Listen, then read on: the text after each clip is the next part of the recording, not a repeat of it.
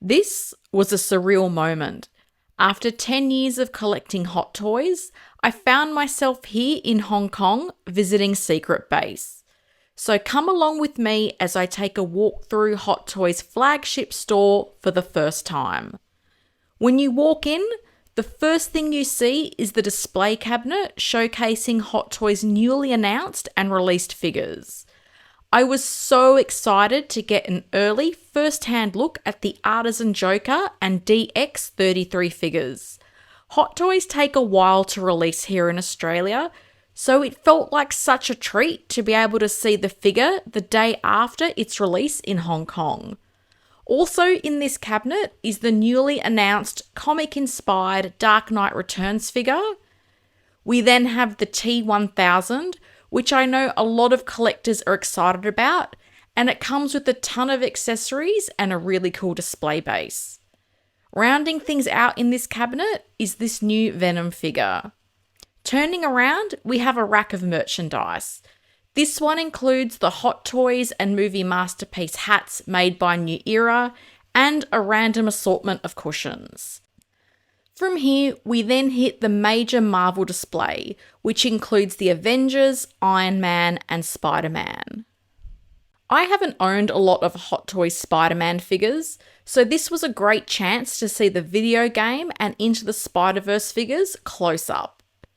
The staff at Hot Toys have done an awesome job posing these figures, as you will see across the video.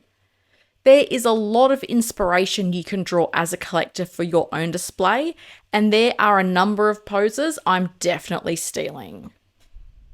We all know Hot Toys has made a lot of Iron Man figures, and it was amazing to see them all together in this display, including some figures you don't see all that often, like the Rose Hill Tony Stark from Iron Man 3 in the plaid shirt and vest. Here we've got some War Machine figures before finishing out with the Neon Tech figures and the Nanotech gauntlets. This next cabinet is all about Tony Stark, as we see a range of the different suits he's worn during his time in the MCU. I'm generally not a fan of mixing quarter scale and 6 scale figures together, but I think the staff at Secret Base have really made it work well with this shelf. There are so many iconic Tony Stark moments captured here, ranging from the mech test figure from the original Iron Man movie to the iconic Snap from Avengers Endgame. Here we have more of the alternate looks to the Iron Man suit that Hot Toys has produced. Next, we move on to the Avengers, with figures from the original movie and the Age of Ultron. I'd love to see the original Black Widow get the 2.0 treatment, as that suit is not holding up well, even in Secret Base. I hope you guys can see Pietro hidden all the way in the back of the shelf. And how cool is the display of the Hulk and the Hulkbuster tangled together? And then down in the corner, we have the figures from the What If line and an Iron Man statue, which I don't think is made by Hot Toys. Next, we have the Infinity War and No Way Home displays. I've noticed a few solo movie figures like Black Panther, Ant-Man and the Wasp are included in these bigger displays, which I think makes sense. Underneath Infinity War, we then have the Tom Holland verse shelf, and it is so eye-catching. Having all the different versions of his Spider-Man suit, those villain-inspired diorama bases, the colours, the poses, it's just so cool, and I was glad I got to see these figures close up. We then move into some solo movie displays with the trio of figures from Doctor Strange and the Multiverse of Madness. Shang-Chi and the 2 Wenwu figures, which I think look great. I can't believe these are now bargain bin figures. The Hono Studio Wolverine, which is actually the only Hono figure on display at Secret Base. And finishing things off in this cabinet is the Venom and Carnage figures. Next, we move into the Star Wars display, and there are a lot of Star Wars figures. As someone that doesn't collect or really follow this IP, I've always felt like there are a lot of Star Wars related figures announced, and then seeing them all in Secret Base just reiterated how big this line is for Hot Toys. Do I know what a lot of these things are? Not really, but I can still appreciate how cool things like the different creatures and robots and the likenesses of the actors I know look. Here we have some figures from the prequel trilogies. This includes some newer releases like Padme and Mace Windu. How do I know these character names? I don't even know. Normally, I'd call them Star Wars Jane Foster or Star Wars Nick Fury. And then as we move down, we have troopers. Lots and lots of troopers. Moving on, and then we have a couple of Darth Vader figures. I think the one without the helmet is a pretty recent release. Throughout this display, you'll see this little sign in front of figures that are still available for sale. I have to say, there aren't a lot of these signs around the place. I do think the scene with Yoda and Luke is pretty cool. And here we have another massive cabinet of Star Wars figures. I think these figures are all from the original trilogy, but I may be wrong about that. And before someone complains about my commentary, I'm taking a decent amount of time to show you the Star Wars stuff, despite it not really appealing to me. Here's Boba Fett, and more troopers, all the troopers, in all the metallic colours. My personal favourite, the Porcelain Trooper, and then rounding things out, we have some sequel trilogy figures, which includes my favourite guy, BB-8. I'm still hoping that Howard will give him the Neon Tech treatment one day. This was the last of the Star Wars cabinets. That was 7 cabinets of Star Wars figures all up. I genuinely wonder how much it would cost someone to have this entire collection. From Star Wars, we move on to the Terminator figures. I know this is a much loved IP and that people are quite happy that some of these are getting the 2.0 treatment. Having a look at these older figures really helps you appreciate how far Hot Toys has come with the quality of their head sculpts and the tailoring. I actually didn't realise there were so many Terminator figures made. It's so cool to see figures that are new to you, which is something visiting Secret Base allows you to discover. I felt the same way about the Alien and Predator lines. I just didn't realise how many figures had been produced from both franchises. And despite these being older figures, I think a lot of them still look really cool. As we go through the cabinet, I'm guessing the items on the bottom shelf are probably not made by Hot Toys. Let me know in the comments if you know who made these.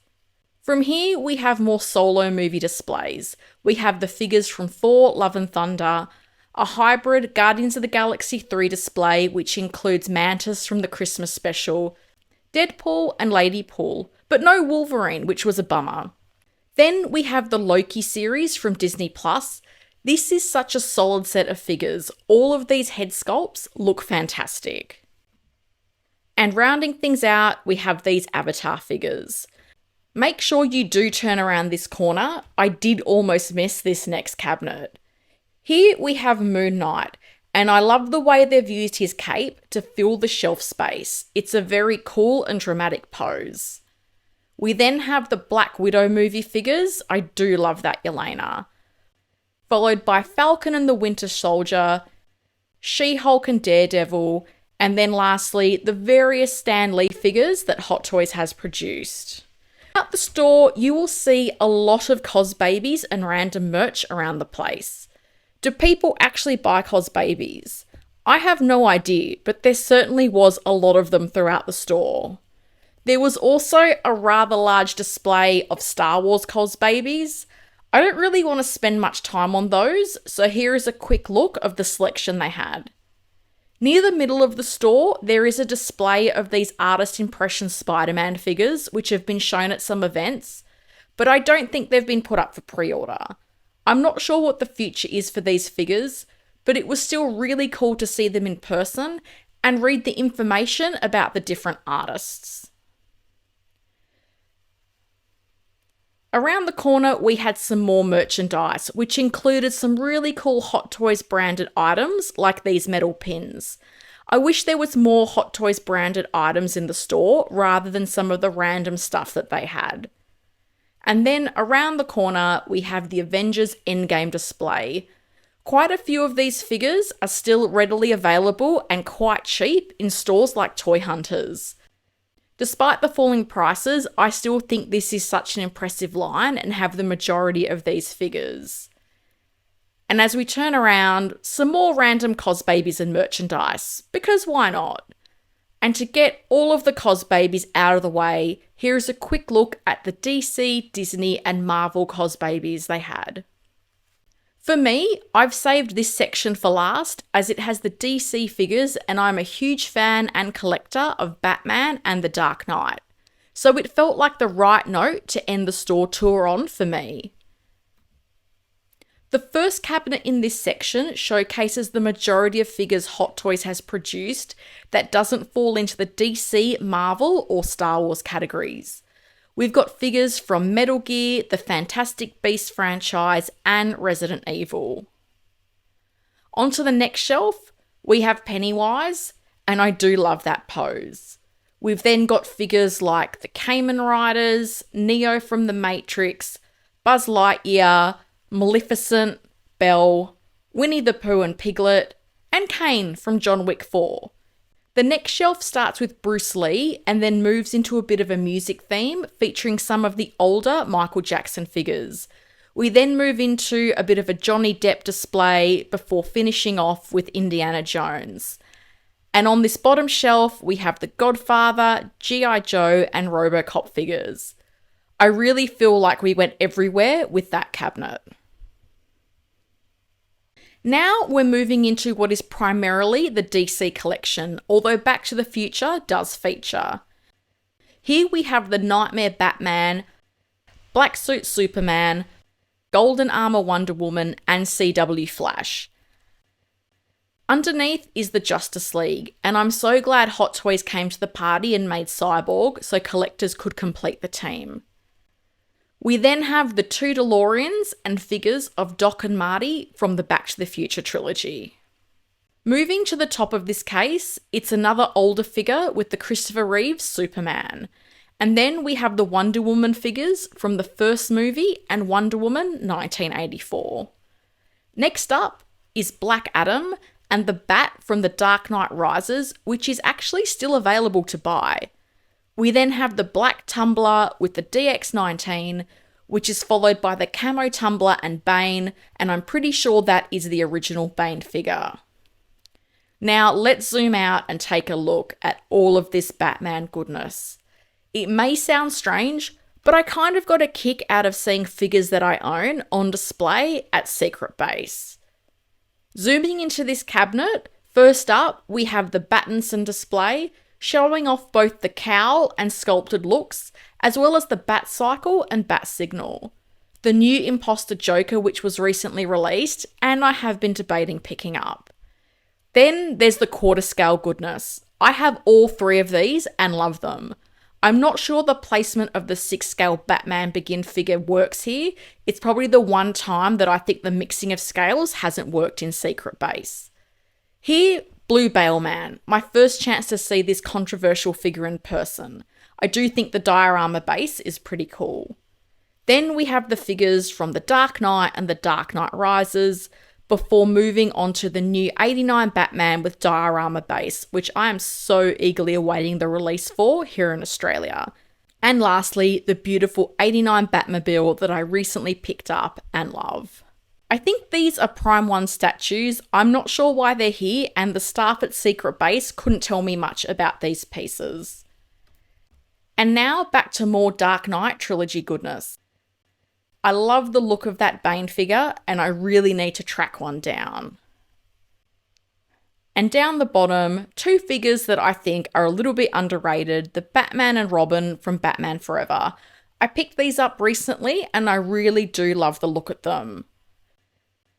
I seriously think I could stand here and look at this cabinet all day. Sadly, we're now onto the last display cabinet, which has more figures from the DC line. First up, the figures from the Arkham video game series. These characters are so interesting in their design. I love the vibrant colours we get with some of these outfits, which isn't a very typical DC aesthetic, as we've seen with the Dark Knight Trilogy collection. There's the new purple Batgirl and gold Batman. They're very cool. And how awesome is this pose on Batgirl? I love it. The next shelf is what I'm going to call Harley and Friends. We have King Shark, Peacemaker and Eagly, followed by the different looks for Harley Quinn from Suicide Squad and the Birds of Prey. Rounding things out, we have figures from the first Suicide Squad movie. I often wonder if the placement of some of these figures on the bottom shelves is somewhat strategic from the Secret Base staff. So that's a quick look around Secret Base and all of the awesome Hot Toys figures they have on display. If you'd like to visit Secret Base, this is the sign to look out for. Unlike a lot of other malls, the name of the building is only written in Chinese, which is why I showed you the sign. Secret Base is located in the Sino Centre on Nathan Road. It's a short walk from the Mong Kok subway station. From the entrance to the building, you can see the elevators. Level 20 is where you'll find Secret Base, which is open daily from midday to 8 p.m. There is a lot more content coming from my trip to Hong Kong, so drop me a sub if you'd like to see my store tours of Rebel Base, Echo Base, and video covering the figure shopping scene in Hong Kong.